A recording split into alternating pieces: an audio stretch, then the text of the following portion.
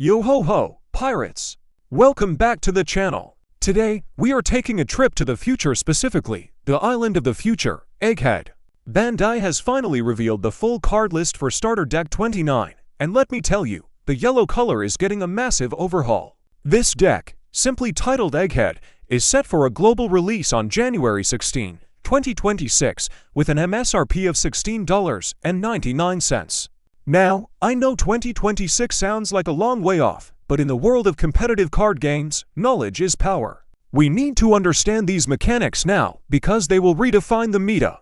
But the real reason everyone is losing their minds over this product isn't just the new cards, it's the bonus pack. Inside every single box, you will find a sealed pack containing 3 random cards. These are full art, premium foil versions of the characters found in this deck. We are talking borderless art, vibrant colors, and unique poses. For collectors, this is a nightmare because the packs are random, but for players, it means your deck can look absolutely stunning. Today, we are going to do a deep dive into all 51 cards.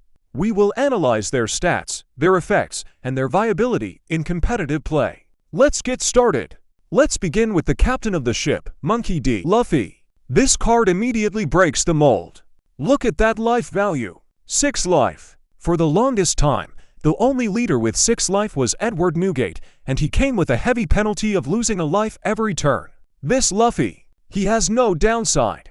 He just starts with 6 life. This is huge for a yellow deck. It gives you a massive buffer against aggressive decks like Zoro or Law. You can comfortably take hits in the early game to build up your hand size without sweating. His effect triggers when attacking. The condition is, if you have 2 or less life cards, draw 1 card and trash 1 card. Some players might think this is weak compared to other leaders, but think about the synergy. Yellow decks thrive on being at low life. By the time you are down to 2 life, you are usually looking for specific answers like a blocker or a counter event. This cycling effect lets you filter out dead cards from your hand to find those game-saving pieces. And take a look at the alternative art version. The perspective is dynamic, showing Luffy charging forward. It captures the energy of the Egghead Arc perfectly. Now, let's talk about the heavy hitters. The first super rare is Roronoa Zoro. He is a 6 cost character with 8,000 power. This stat line is terrifying. Usually, 6 cost cards sit at around 7,000 power. Zoro hits the magic number of 8,000, which means most leaders need substantial resources just to block him. He features a keyword effect, Rush. However, it comes with a restriction. Rush. Character. This means when you play him, he can attack immediately, but he can only attack opponents' characters, not their leader. This is a balanced design. If he could hit the leader for 8,000 straight away, it would be broken. Instead, Zoro acts as the ultimate board control tool. He comes down and instantly deletes a threat. But wait, there is more. He has an activate main effect. Once per turn, you can trash 1 card with a trigger from your hand to draw 1 card and set 1 Dawn card as active. This effect is brilliant. Sometimes you draw cards with trigger effects that are useless in your hand. Zoro lets you turn those dead cards into a fresh draw and refunds 1 energy. It's essentially a 6 cost play that acts like a 5 cost. The full art version is spectacular, featuring Zoro with all 3 swords drawn and electric visual effects. This is definitely the chase card of the set. The second super rare is the cook of the crew, Sanji. He is a 4 cost, 5,000 power unit with the Straw Hat crew type. Sanji is what we call a searcher. On play, you look at the top 4 cards of your deck and add 1 Straw Hat crew card to your hand. In any card game, consistency is king. Sanji finds your pieces, he finds Zoro, he finds Luffy, he finds your counters. You play for copies of this card, no questions asked. But Sanji has a secret weapon. His trigger. You may trash 1 card from your hand to play this card. This creates incredible tempo. Imagine your opponent attacks you, expecting to deal damage. Instead, you take the life, discard a card you don't need, and suddenly you have a 5,000 power attacker on the board ready for your next turn. The alternative art features Sanji in his iconic Egghead floral shirt. It's stylish, colorful, and fits the vibe of the island perfectly. It wouldn't be Egghead without the antagonists. CP0 makes a strong showing here with some very technical cards. Let's look at Rob Lucci. He is a 5 cost, 6,000 power character. On the surface, he is just a vanilla beat stick. He has no effect when played from hand. However, his power lies entirely in his trigger. KO. Up to one of your opponent's characters with a cost equal to or less than the total of your and your opponent's life cards. This is a comeback mechanic. In the early game, if you both have 5 or 6 life, the total is 10+. Lucci effectively becomes a kill anything spell that activates for free when you take damage.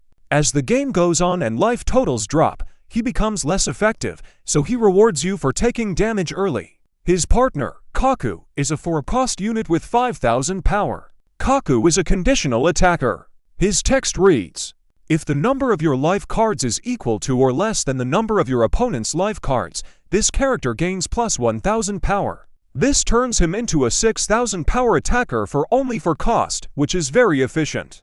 He forces cards out of your opponent's hand. He also has a trigger, KO, up to one of your opponent's characters with a cost of 3 or less. This is great for sniping small blockers or searchers like Nami or Pudding. The full art Kaku shows him performing a Rankyaku kick, looking extremely dynamic. The core strategy of this deck is cheating characters into play from your life area. Jin is a 6 cost, 5,000 power tank. Playing him for 6 mana feels bad. But you never want to play him for 6 mana. You want to hit his trigger. If your leader is Monkey D. Luffy, play this card. He essentially becomes a free summon. On top of that, he has a plus 1,000 counter. This makes him never a dead card. If he is in your life, he is a free body. If he is in your hand, he is a plus 1,000 shield. Perfect utility. Then we have Nami. She is a 3 cost, 1,000 power unit. Her stats are weak, but her effect is unique protection. If your Egghead type character would be KO by your opponent's effect, you may turn one card from the top of your life cards face up instead. This makes your board incredibly sticky. If your opponent tries to use removal spells on your big Zoro or Lucci, Nami says no, I'll just reveal a life instead. And yes, she also has the trigger to play herself. Her full art version is going to be a fan favorite, showing off the futuristic tech of Egghead. Yellow has always been good at defense, and this deck includes 2 solid blockers. Nico Robin is a 4 cost, 2,000 power blocker. Like Jinbe, she has the Luffy specific trigger. If your leader is Monkey D. Luffy, play this card. Hitting a blocker off of a life check is one of the most frustrating things for your opponent. It can completely stop a lethal attack run. We also get Brook. He is a 2 cost, 2,000 power blocker. He doesn't have a flashy trigger to play himself, but he is cheap. 4 to Dawn. You can drop him to protect your leader's high life total. Since he has the Egghead type, he synergizes with Nami's protection effect. His full art is hilarious. Brook wearing a space helmet over his afro is pure One Piece comedy. Now let's talk about the big brains of the operation, the utility cards. Usopp provides board control. He is a 3 cost, 4,000 power unit. On play or when attacking, you can rest up to one of your opponent's characters. However, there is a catch. The target's cost must be equal to or less than the number of your opponent's life cards. This is a double-edged sword. Early game, when they have 5 life, Usopp can stun almost anything. Late game, when they have 1 life, Usopp becomes useless. You have to play him early to get value. His full art is incredibly colorful and vibrant. Tony Chopper is a 4 cost, 5,000 power unit. His ability activates on KO. When he dies, you can add 1 card from your life to your hand, and then add 1 card from your hand to the top of your life. This is Life Manipulation 101. Did you draw a Rob Lucci trigger that you can't use from hand? Play Chopper. Let Chopper die. Put Lucci into your life. Now your life is a loaded trap waiting for the opponent. It's a high skill play. And finally, the 1 cost Monkey D. Luffy. He has 0 power and 1 cost. He is basically a utility token. His effect allows you to give up to 1 rested Dawn card to one of your Luffy cards.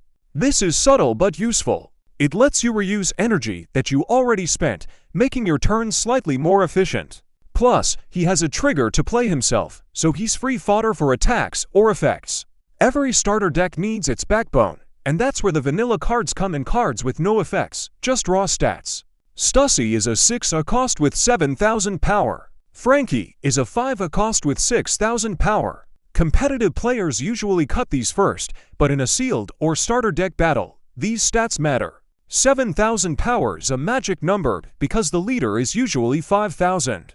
This forces your opponent to commit at least 2,000 counter power every time Stussy attacks. Also, the full art Frankie looks like an absolute tank, literally. To wrap up the card list, we have 3 event cards. Note that these do not have full art versions in the bonus pack. Raw Heat Strike is your standard 1 cost counter. It gives 2,000 to you, and debuffs an enemy by -2,000 if you are at low life. It's a solid 4,000 power swing for 1 energy. EI Death Lion Song costs to don. It gives a massive plus 4,000 power for the battle. The bonus effect is great. If you have 2 or less life, you can KO a 3 cost character. This shuts down aggro decks that try to swarm you with small units. And finally, the deck's secret win condition. Kizaru. Compared to 2 years ago, this is a 1 cost event. It grants your leader unblockable for the turn. This is terrifying in the late game. Imagine your opponent has set up 3 blockers and feels safe. You play this card, load all 10 Dawn onto your leader, and swing for 15,000 damage that cannot be blocked. It is a game ender. So, is starter deck 29 Egghead worth your money? Absolutely. First, you get a unique 6 life leader that opens up a whole new playstyle for yellow. Second, you get powerful staples like SR Zoro and Sanji that will definitely see play in high-level tournaments. And third, the bonus pack. The thrill of hunting for those gorgeous full art versions of the Straw Hats makes this one of the most exciting sealed products Bandai has ever released. I personally can't wait to get my hands on that full art Zoro. The deck drops January 16, 2026. Make sure to pre-order because these will fly off the shelves. Let me know in the comments. Which full art card are you hoping to pull? Thanks for watching. Don't forget to like and subscribe, and I'll see you on the Grand Line.